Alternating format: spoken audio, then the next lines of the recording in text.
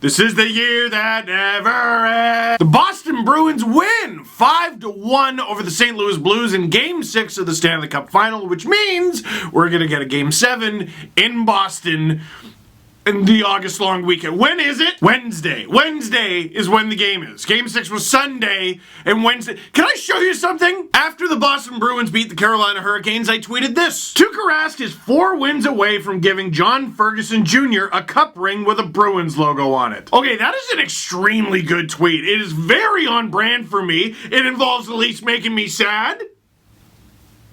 That's all. But here's the thing about that tweet, about the Bruins being 4 wins shy of the cup. I tweeted it 26 days ago! On the day of Game 7, that tweet will be 28 days! 4 full weeks old! Play the stupid games already! Okay, let me stop yelling, because they did play a game. It was Game 6. Let's talk about it. First of all, the cup is in the building in St. Louis, and for the first time ever, the Blues have a chance to win the cup. Everyone is losing their minds! They handed Brett Hull a microphone. That was a terrible idea. It went well, but it's like, this time it went well, you know? Can't keep playing with fire like that, you're gonna get burned. And speaking of playing with fire, the first period of Game 6 of the Stanley Cup Final, the cup is in the building, everyone's watching. National audience in the States, national audience in Canada. So this game featured something that the NHL wants to sell. Puck over the glass, delay of game penalties, yeah! Kill it with fire. Only a few minutes in, Sean Corrali gets one, throws the puck over the glass, Blues to the power play, and wow, do they come close to scoring a few times. But Tuukka Rask, that guy from that tweet I had several months ago or whatever it was, stands on his head. There was a discussion after last game about players who always get away with stuff. Underratedly, at least when it comes to this year's playoffs, Brayden Schenn, well, he already tried to Superman decapitate someone, but he missed, so it didn't count. In this one, he boards Joachim Nordstrom, and I guess just because of the lack of speed, he only got 2 minutes. Very fortunate. In the regular season, maybe 5. And maybe karma, because after that missed call in Game 5, after that boarding right there, Ryan O'Reilly and his weird freak hockey stick throws it over the glass. Okay. I'm going to defend the puck over the glass penalty right now. I changed my mind. That's how quick it was. I would love to know what the most frequently called penalty in these playoffs are, because I think it's got to be close between interference and puck over the glass. Maybe tripping. Because what's been the theme of these playoffs? Oh, the officiating's terrible. Well, and they throw the rule book away in the playoffs. But when you have a cut and dry rule like puck over the glass, like you just can't do it. It either is or isn't. There's no referee interpretation. The puck is gone.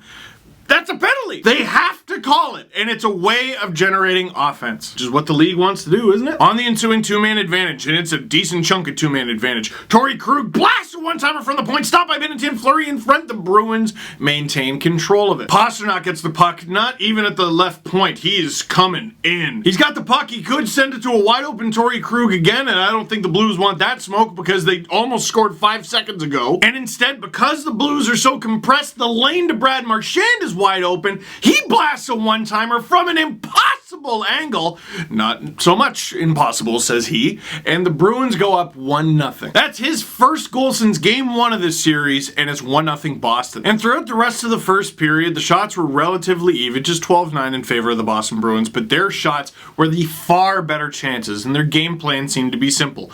Make life for Jordan Binnington very difficult. Despite giving up the only goal of the game, Binnington is what kept the Blues in this game. He had to battle, though. And Chara takes an interference call at the end of the first, but the Blues can't capitalize. Here's why that's lethal.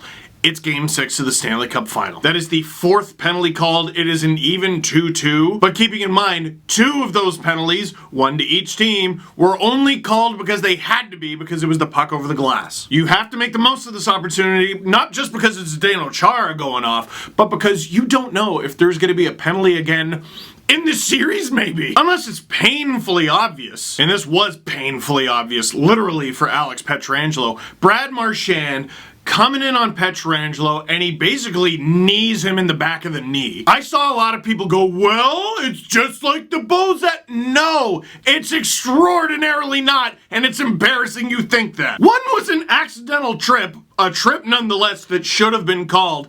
This was Brad Marchand trying to injure the Blues' best player. Let's call it what it is. And act indignant like he doesn't know to... Ugh, it's just gross. How dare he, right? It's Game 6 of the Stanley Cup Final. Let's rub his nose in it, right? Imagine if the Blues tied up and then they win the Stanley Cup on a night where he does that. Well, all you can do is imagine, because they didn't score. In fact, it's Alex Pietrangelo with the wild backhand on and... Hey!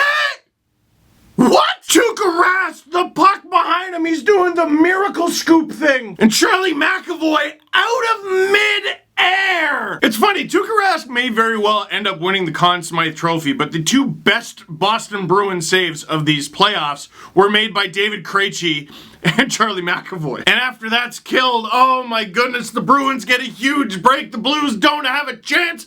McAvoy off for tripping. And again, the Blues do nothing with it. The Blues outshoot the Bruins 10-8 in the second. I'm surprised it wasn't that dominant. But in this game, as a matter of fact, in the first two periods, the Blues get 12 shots on goal on the power play.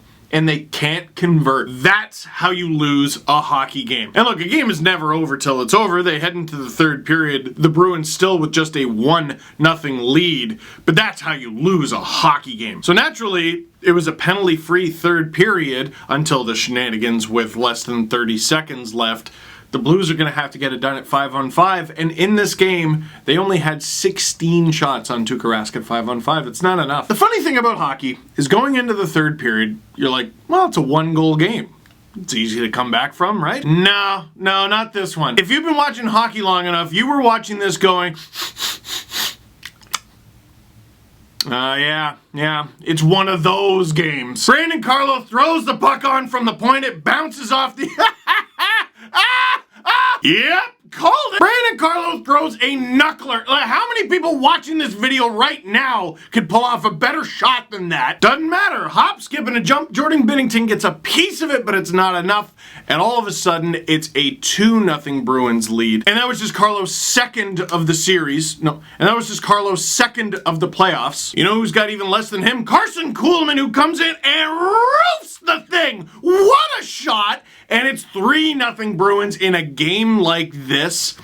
Iced. One of those games. If you're looking for someone to blame Blues fans, I don't think there's a member of the Blues you can do that to. At worst, Braden Shen for the penalty in the first period, and then Ryan O'Reilly, puck over the glass on the penalty kill. The penalty is almost designed so that it puts teams on 5-on-3s. 2 of the 3 goals were immaculate shots, and another one was actually interfered with by God. The Marchand one-timer on the 5-on-3, what's Binnington supposed to do there? And it's a perfect shot. The Brandon Carlo thing was straight out of the Mighty Ducks movies, and Carson Kuhlman scores his first of the playoffs on a shot that could not have been more perfectly placed. There have been games where Binnington didn't look very good.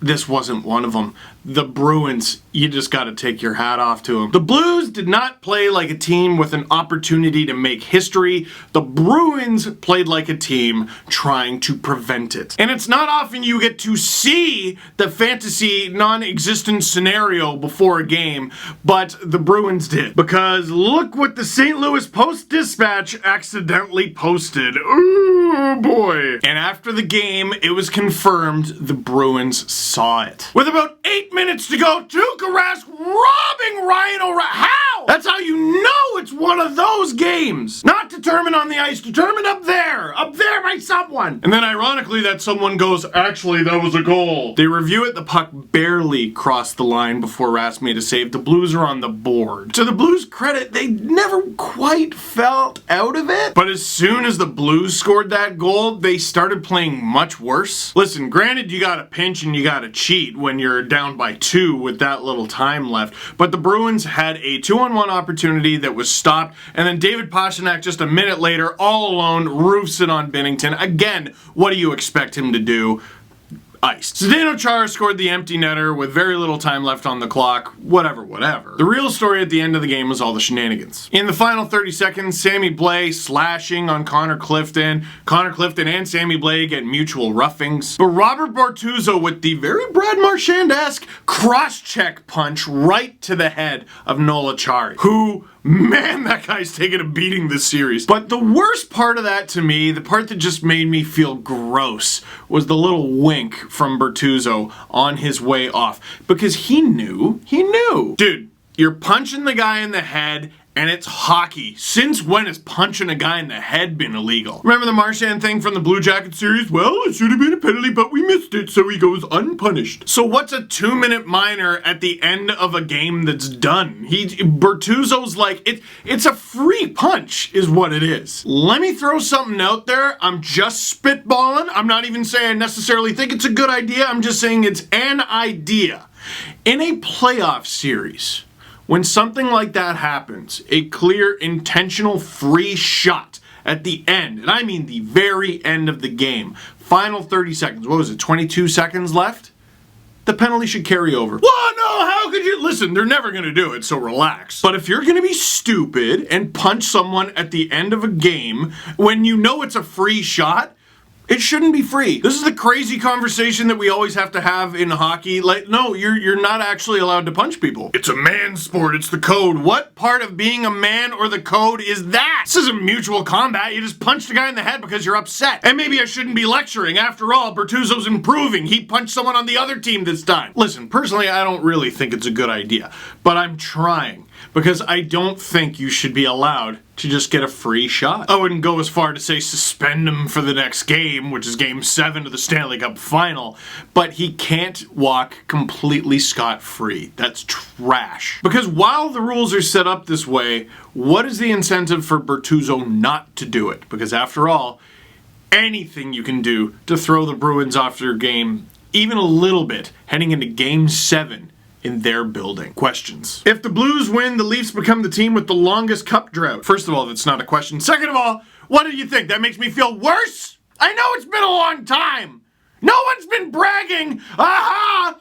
The Leafs are only one of 2 teams that have gone half a century without winning. Existence is pain, all right? Why are Game 6s so hard to win for the home team? Well, that's a good question. Well, let's see. You're a Lightning fan, so I would say the hardest part about winning a Game 6 would be making it past Game 4. That's mean. That was so mean. That was so uncalled for. You've never been anything but nice to me. I don't know. Listen, I'm upset because my team lost in the first round too, and this playoff has been going on for 3 months. My true answer, what I think it is, and this is a grim comparison, but I'll make it anyway. A fear of death will bring about a better performance than the prospect of glory, which is why Game 7s are so great. Which is why you get the best performances out of both teams, or you get to see who they really are. When it comes to sports anyway, both teams now face the prospect of death. And so far, no one's been able to do it to either team. In fact, both remaining teams staved off a Game 6 elimination. Both teams won a Game 7 on home ice. I think for the team that has a chance to win in Game 6, you get to fight another day. If you're the team who's staving off elimination in Game 6, you have to fight another day. Ooh, I'll end with this one. Can the one-line team narrative die? Yeah, we gotta stop that with the Bruins. Partly because I don't know if it was ever actually really true. Like Pasternak, Bergeron, Marchand, it's a line that establishes a standard that is impossible for any of the other lines to meet. But during this whole one-line era of the Bruins, they've had David Krejci the entire time. So do the Bruins only have one line of stars? I mean, yeah. Not many teams have more than that. They're stars. Or most teams do have that, but they spread it out. The Bruins just deploy it differently. They've done an amazing job of replenishing the system with young players who fit their style. They did a great job at this deadline of picking up rental players, which most teams whiff on. I think the reason why the Boston Bruins are one win away from the Stanley Cup is they're a good hockey team, top to bottom. Just say it. Last but not least, my final prediction. Game 7's going to the Bruins. The Bruins are by far the more banged up team. They're the more hurt team, but it's a game that is played purely on adrenaline. I don't see them losing, but I will make one request of the hockey gods. Overtime. I want to see the fantasy scenario. Game 7, overtime, Stanley Cup final. Let's go. So that is it for this one. Thank you very much for watching. Click like if you like this video. Click subscribe if you really liked it. Tell all your friends. I'm doing a live show with Jesse Blake in Scarborough on Friday, June 14th. Link down below for tickets if you're interested in that. And I will see you in a month or whenever they play Game 7. When is it? Wednesday? Who's over there? No one.